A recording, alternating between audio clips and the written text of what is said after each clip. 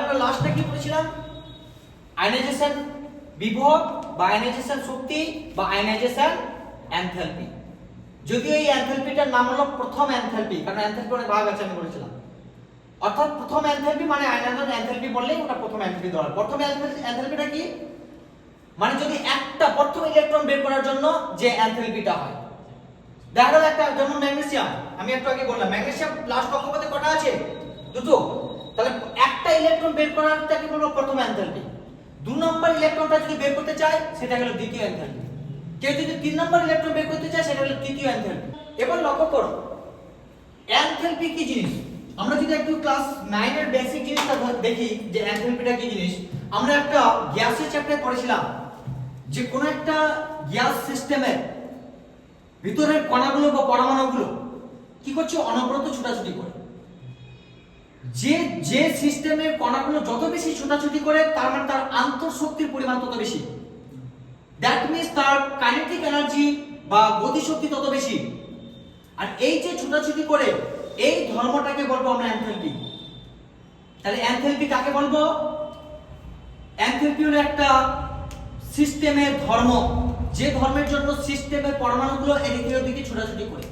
যত বেশি এনথালপি হবে তার কাইনেটিক এনার্জি তত বেশি হবে, দ্যাট মিন্স তাদের গতি শক্তি তত বেশি হবে, দ্যাট মিন্স তাদের মধ্যে ছোটাছুটি তত বেশি হবে। এটা হচ্ছে আমাদের বেসিক নলেজ। যদি এনথালপির ব্যাপারে আমাদের 11-12 অনেক তথ্য আছে, এটা আমি একটু জাস্ট নরমাল একটা কনসেপ্ট বললাম। ক্লিয়ার? এবার তার মানে এনথালপি একটা শক্তি, বুঝতে পারলাম এতটুকু অনুসারে। এবার আমি বলেছিলাম যে কোন একটা পরমাণুর কখন না শর্ত হলো যদি সে গ্যাসীয় অবস্থায় থাকে।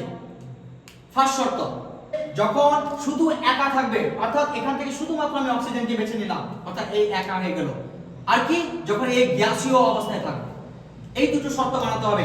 এই অবস্থায় যদি থাকে তখন এই অক্সিজেন পরমাণু থেকে সর্ববহিষ্ঠ কক্ষপথ থেকে একটা ইলেকট্রনকে, সর্ববহিষ্ঠ মানে যোজ্যতা কক্ষপথ, এই যোজ্যতা কক্ষপথ থেকে একটা ইলেকট্রনকে বের করতে, একটা ইলেকট্রনকে যদি বের করে দিই তার মানে কি তৈরি হবে?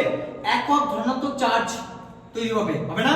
একটা ইলেকট্রন যদি আমি অক্সিজেন থেকে বের করে নিই, একটা ইলেকট্রনকে আমি অক্সিজেন থেকে আমি বের করে নিলাম, তাহলে কি হয়ে যাবে? ও প্লাস হয়ে গেল না? তাহলে একক ধনাত্মক কেন হচ্ছে স্যার? বুঝছেন তো কি বললাম? কারণ ইলেকট্রন আমরা জানি ক্লাস 9 এ ইলেকট্রনের চার্জ কত? ইলেকট্রনের চার্জ কত? ছাদের উপর থেকে বলছিস? প্রোটনের চার্জ কত? ইলেকট্রনের চার্জ কত? প্রোটনের চার্জ কত? ইলেকট্রনের ভর কত? প্রোটনের ভর কত? এগুলো ক্লাস 9 এ পড়িসনি? দেখাবো বইটা খুলে।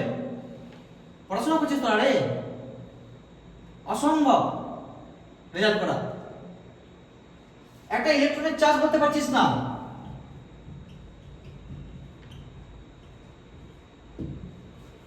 পরিস্থিতিটা কোনদিন দেখিসনি? -1.6 × 10⁻⁹ কুলম্ব। ক্লাস 9 এর জিনিস, প্রথম চ্যাপ্টার জিনিস। এগুলো ভুলার জিনিস আছে? অবস্থা খুবই খারাপ, আমি বারবার বলে দিচ্ছি। একটা ইলেকট্রনের চার্জ হচ্ছে নেগেটিভ, আর একটা পরমাণু থেকে যদি কোনো একটা নেগেটিভ জিনিস বেরিয়ে যায়, ইলেকট্রন বেরিয়ে যাওয়া মানে কি? খারাপ জিনিস বেরিয়ে গেল, তার মানে নিজে কি হলো? ধনাত্মক হলো। এর জন্য এবার লক্ষ্য কর, তাহলে এখানে একটা ইলেকট্রন আমি কি করছি? বের করছি। কি তৈরি হচ্ছে? না একক ধনাত্মক একটা পরমাণু তৈরি হচ্ছে।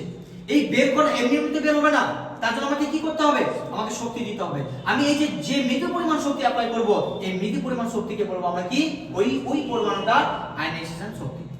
তাহলে ডেফিনিশনটা আমি একটু ভাঙিয়ে ভাঙিয়ে বললাম। এবার আমি একটু আসি যে আমি লিখবো কিভাবে। তাহলে গ্যাসীয় অবস্থায় থাকা কোন পরমাণু, কারণ প্রথমেই গ্যাসীয় অবস্থার কথা আমি বলে দিয়েছি। গ্যাসীয় অবস্থায় থাকা কোন পরমাণু কি? বিচ্ছিন্ন, পুরো একটা বিচ্ছিন্ন পরমাণু, তাই না? এই যে বিচ্ছিন্ন H2O থেকে আমি শুধু ওকে আলাদা করলাম, এটা বিচ্ছিন্ন হলো না?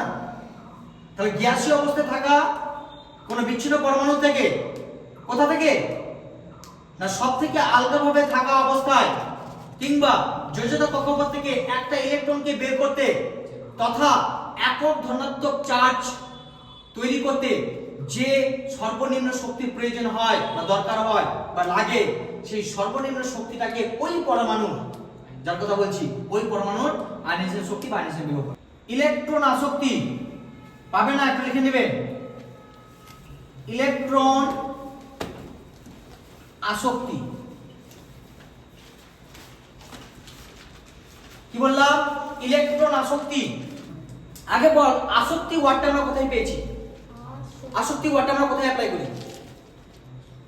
আমরা বলি না তুই মোবাইলের প্রতি খুব আসক্তি হয়ে গেছিস, অর্থাৎ টান। দেখবি যে অনেকে গল্প বই পড়তে পছন্দ করে, তার মানে কি গল্পের বইয়ের উপর সে আসক্তি হয়ে আছে, অ্যাডিকশন যেটাকে বলে ইংরেজিতে। ক্লিয়ার? তার মানে আসক্তি মানে কি টান। তাহলে ইলেকট্রন আসক্তি মানে কি ইলেকট্রনের টান। ওয়াটার মানে এটা, অর্থাৎ যে পরমাণুগুলো ধরে নে ফ্লোরিন আছে, ক্লোরিনও আছে, সোডিয়ামও আছে, তিনজনে আছে, আর একটা ইলেকট্রন আছে, ওই ইলেকট্রনটাকে কে নেবে ডিপেন্ড করবে কার ইলেকট্রন আসক্তি সবথেকে বেশি। সোডিয়াম প্রথমে আসলো, দেখছে না আমারই তো একটা আর আমি দান করতে চাইছি, আমি নিতে চাই, মানে ইলেকট্রন আসক্তি ওর কম আছে। ফ্লোরিন আসলো, বলছে না আমার তো একটা নিলে আমি তো টিম বানিয়ে দিতে পারবো, তার মানে ওর ইলেকট্রন আসক্তি সোডিয়ামের থেকে বেশি আছে।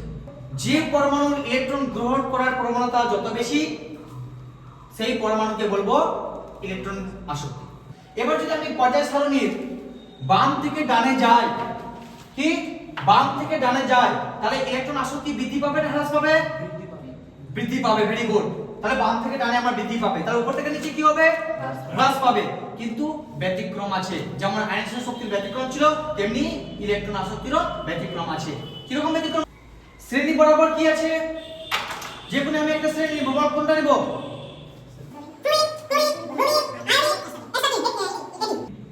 এবার লক্ষ্য করো, পর্যায় সারণীর বাম থেকে ডানে গেলে ইলেকট্রন আসক্তি কি হবে? বৃদ্ধি পাবে। উপর থেকে নিচে কি হবে? হ্রাস পাবে। কিন্তু হ্রাস পাবে ঠিকই কথা, ব্যতিক্রম আছে। এবং ভালো করে লক্ষ্য কর, আয়নিক শক্তি সবথেকে বেশি, মানে তার ইলেকট্রন আসক্তি সবথেকে বেশি হওয়া উচিত ছিল, সেটা তো বেশি হওয়া ছিল, কিন্তু ইলেকট্রন আসক্তি সবথেকে বেশি হয়ে গেল ক্লোরিন। এখানে কোশ্চেন অপশনে আসে যে আয়নিক শক্তি ক্লোরিন এবং ক্লোরিনের মধ্যে সবথেকে বেশি কার? আয়নিক শক্তি সবথেকে বেশি কার? ক্লোরিনের। নিয়ম অনুযায়ী ইলেকট্রন আসক্তি ওর সবথেকে বেশি হওয়া উচিত ছিল, যার সবথেকে বেশি আকর্ষণটা, তাহলে ইলেকট্রনের চাহিদাটা সবথেকে বেশি হওয়া উচিত ছিল, কিন্তু সূত্র অনুযায়ী আমরা কি পাচ্ছি? একটু চেঞ্জ পাচ্ছি।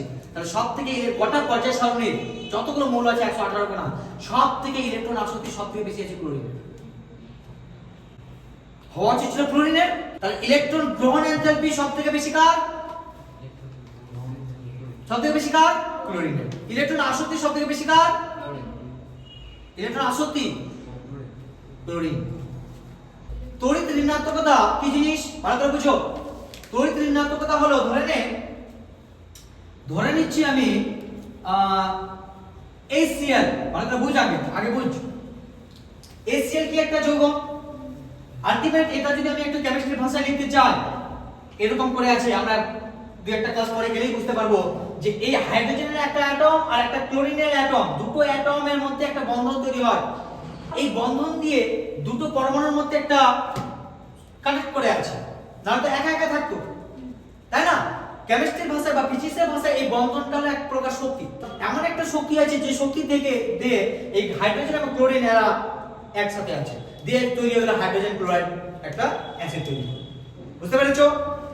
এই বন্ধনটা আছে মানে কি, এই বন্ধনটা দুটো ইলেকট্রন দিয়ে তৈরি হতে পারে, দুটো ইলেকট্রনেরই যে কোনো একজনের হতে পারে, কিংবা হয় একটা হাইড্রোজেনের আছে একটা ক্লোরিনের আছে, কিংবা দুটোই ক্লোরিনের হতে পারে, হয়তো এখানে হতে পারে না, কোনো কোনো যৌগের ক্ষেত্রে দেখবো, কিংবা দুটোই হাইড্রোজেন, অর্থাৎ দুটো ইলেকট্রন লাগবেই বন্ধন তৈরি হতে গেলে। সেই দুটো ইলেকট্রন যে কোনো একজনেরও থাকতে পারে, কিংবা একটা একটা করে মিলে দুজনে দিতে পারে, কিন্তু বন্ধন তৈরি করতে গেলে দুটো লাগবে ইলেকট্রন। ক্লিয়ার? এবার যখন দিল, কেন দিচ্ছে আমরা যদি পরবর্তী ক্লাসগুলো দেখবো কেন বন্ধন তৈরি করছে। এই কারণে তৈরি করছে, হাইড্রোজেনের কাছে একটা আছে, ভালো করে বুঝে নে, আর ক্লোরিনের লাস্ট কক্ষপথে কটা আছে? 7টা আছে। 1 2 3 4 5 6 7। হাইড্রোজেন কি চাইছে? আমার কাছে একটা আছে, আর একটা যদি আমি কারো পেতাম তাহলে আমি দুটো আমার হয়ে যেত, দুটো হইলে মানে দ্বৈত সূত্র আমি মেনে নিতাম, তার মানে আমি ধনী হয়ে যেতাম। অপরদিকে ক্লোরিন মনে মনে ভাবছে আমার লাস্ট কক্ষপথে 7টা আছে, যদি আমি একটা কারোর কাছে পেতাম তাহলে আমার লাস্ট কক্ষপথে 8টা হতো। তখন দুজনে বললে এক কাজ করা যাক, তুমি তোমার ইলেকট্রনটা এখানে রাখো আর আমি একটা ইলেকট্রন এখানে রাখবো। তাতে কি হবে? তাতে যখন আমরা ইউজ করব তখন তোমারটাও করব প্লাস আমারটাও করব, তাহলে এখন ক্লোরিনের কটা হয়ে গেল? 8টা হয়ে গেল। তাহলে ক্লোরিন ধনী হয়ে গেল। হাইড্রোজেন বলছে বাহ ভালো বুদ্ধি তো। আমার একটা ছিল, মানে আমি একটা এখানে রাখলাম, আর তুমি যে এখানে রাখলো, তাহলে তোমারটাও আমি এখন ইউজ করবো। বলছে হ্যাঁ আমি যখন ইউজ করবো তুমিও ইউজ করো। তাহলে দুজনেই ইউজ করছে, এই জন্যই তো যৌগ তৈরি করলো। তাহলে এই যৌগ তৈরি করলো মানে তখন তাদের মধ্যে এই দুটো ইলেকট্রনের একটা বন্ড তৈরি হলো।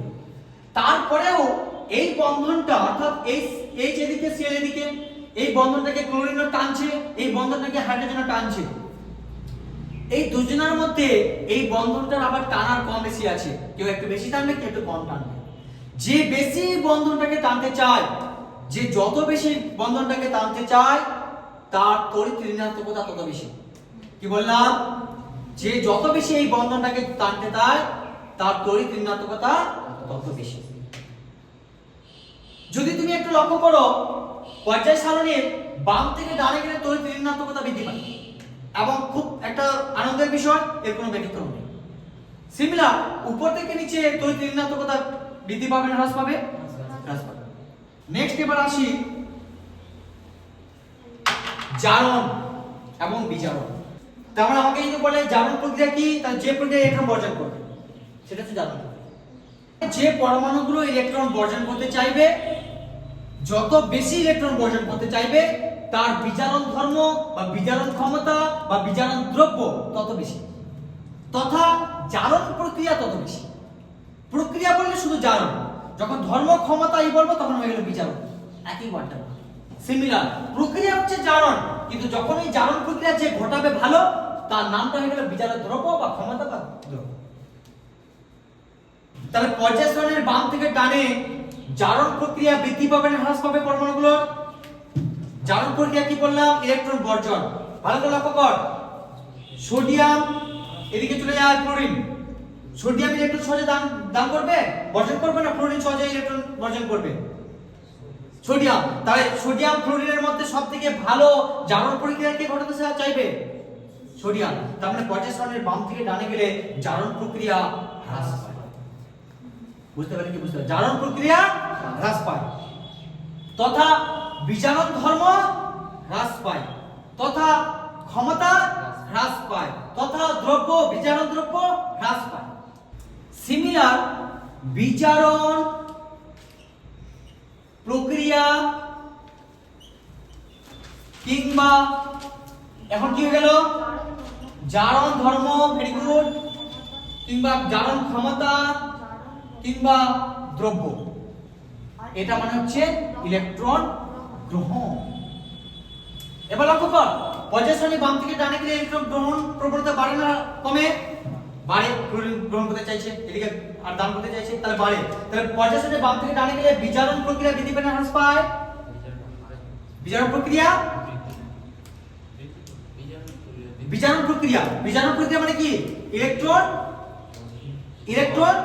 গ্রহণ। তাহলে ইলেকট্রন গ্রহণ করতে চাইছে, মানে বিজারণ প্রক্রিয়া বৃদ্ধি পাচ্ছে। তাহলে পর্যায় সারণীর বাম থেকে ডানে গেলে বিজারণ প্রক্রিয়া বৃদ্ধি পাচ্ছে, তথা জারণ ধর্ম বৃদ্ধি পাচ্ছে, তথা জারণ ক্ষমতা বৃদ্ধি পাচ্ছে, তথা জারণ দ্রব্য বৃদ্ধি পাচ্ছে। 17 নম্বর শ্রেণীর মৌলগুলিকে বিজারণ ক্ষমতার ঊর্ধ্বক্রম অনুসারে সাজানো।